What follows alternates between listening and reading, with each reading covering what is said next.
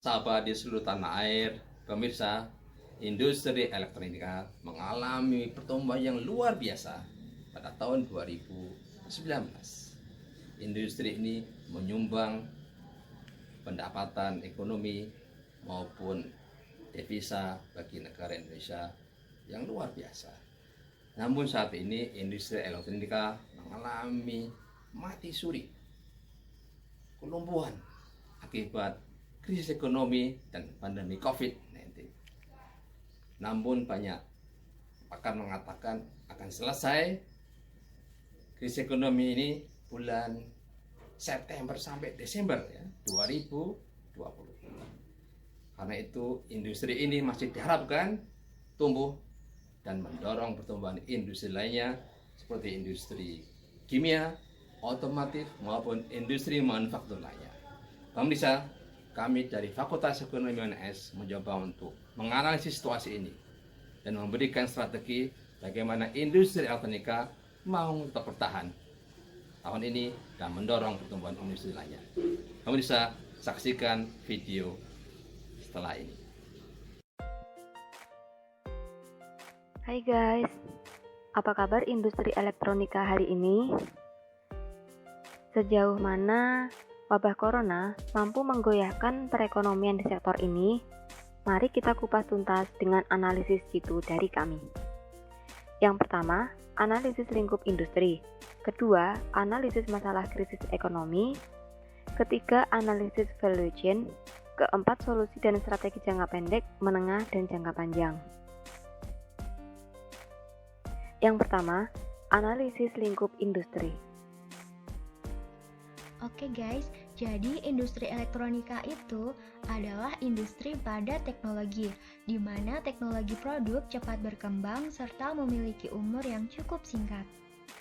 Nah, produknya ada banyak banget nih guys, antara lain ada industri elektronika konsumsi, peralatan rumah tangga, elektronika bisnis, komunikasi, dan masih banyak lagi. Nah, kebijakan pemerintah dalam industri ini tertuang dalam rencana pembangunan jangka menengah, guys. Industri ini menjadi prioritas pengembangannya dan pemerintah mengarahkan industri ini untuk berkembang di pasar lokal maupun pasar global. Saat ini sedang terjadi pandemi COVID-19, krisis ekonomi dalam bidang industri elektronik itu adalah impor bahan baku elektronik yang sebagian besar berasal dari Cina terhambat, sehingga permintaan barang elektronik juga menurun. Penurunan impor bahan baku dan barang modal menandakan kegiatan produksi di dalam negeri tengah lesu. Langkah yang ditempuh adalah memangkas produksi akibat meningkatnya biaya produksi, sedangkan permintaan konsumen terhadap produk menurun.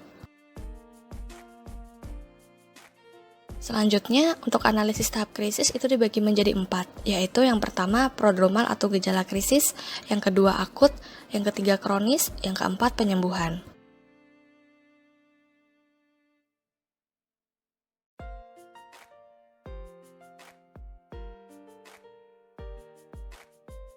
Perencanaan manajemen krisis dibagi menjadi 3, yaitu yang pertama price krisis, yang kedua krisis respons, yang ketiga post krisis.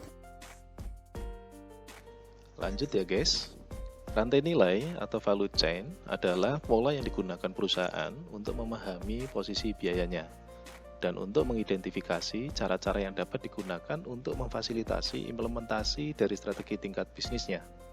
Rantai nilai menunjukkan bagaimana sebuah produk bergerak dari tahap bahan baku hingga sampai ke pelanggan akhir, serta pelayanan setelah pemasaran. Value chain analysis adalah proses di mana sebuah perusahaan mengidentifikasi kegiatan utama dan bantuan yang menambah nilai produk, kemudian menganalisisnya untuk mengurangi biaya atau meningkatkan diferensiasi. Seperti yang kita tahu guys, wabah corona ini memberikan dampak yang luar biasa dalam seluruh lingkup bisnis, termasuk bisnis elektronik yang sedang kita bahas. Bahkan Kamar Dagang dan Industri Indonesia yang biasa kita sebut Kadin mencatat produksi mereka menurun hingga 50% yang dikarenakan bahan baku yang kebanyakan dari Cina datangnya terlambat guys. Selain itu, adanya pembatasan interaksi karena COVID-19 atau biasa kita sebut social distancing, dan yang lagi tren saat ini yaitu stay at home mengharuskan perusahaan harus memberikan alternatif untuk semakin meningkatkan kemampuan teknologi dalam online shopping. Apa ya solusi terbaik jangka pendek, menengah, dan panjang untuk perusahaan elektronika saat ini? Salah satunya yaitu perusahaan harus datang kepada konsumen guys. Contohnya dengan menjual produk di market online. Adapun keunggulan penjualan online saat ini yaitu konsumen tidak perlu repot-repot lagi ke ATM karena barang bisa dibayarkan waktu kurir barang sampai rumah, mudah sekali kan? Hal penting lainnya yaitu perusahaan harus memberikan diskon untuk produk bestseller mereka dan dengan mengiklankan produknya secara online dengan semenarik mungkin sehingga konsumen yang kebanyakan stay at home tertarik untuk membeli produknya guys. Penjualan online bisa juga menggunakan aplikasi market online seperti Shopee, Tokopedia, Lazada, OLX, dan lain-lain. Bisa juga dijual di aplikasi sosial media seperti Instagram, Facebook, Twitter, Line, dan lain-lain. Penjualan via online bisa banget diterapkan di perusahaan untuk jangka pendek, menengah, maupun panjang ya guys, karena lebih mudah dari segi konsumen maupun penjual.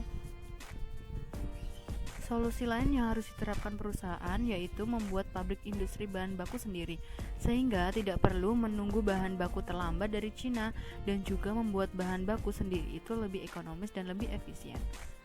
Terima kasih atas perhatiannya, semoga video ini bermanfaat. Wassalamualaikum warahmatullahi wabarakatuh.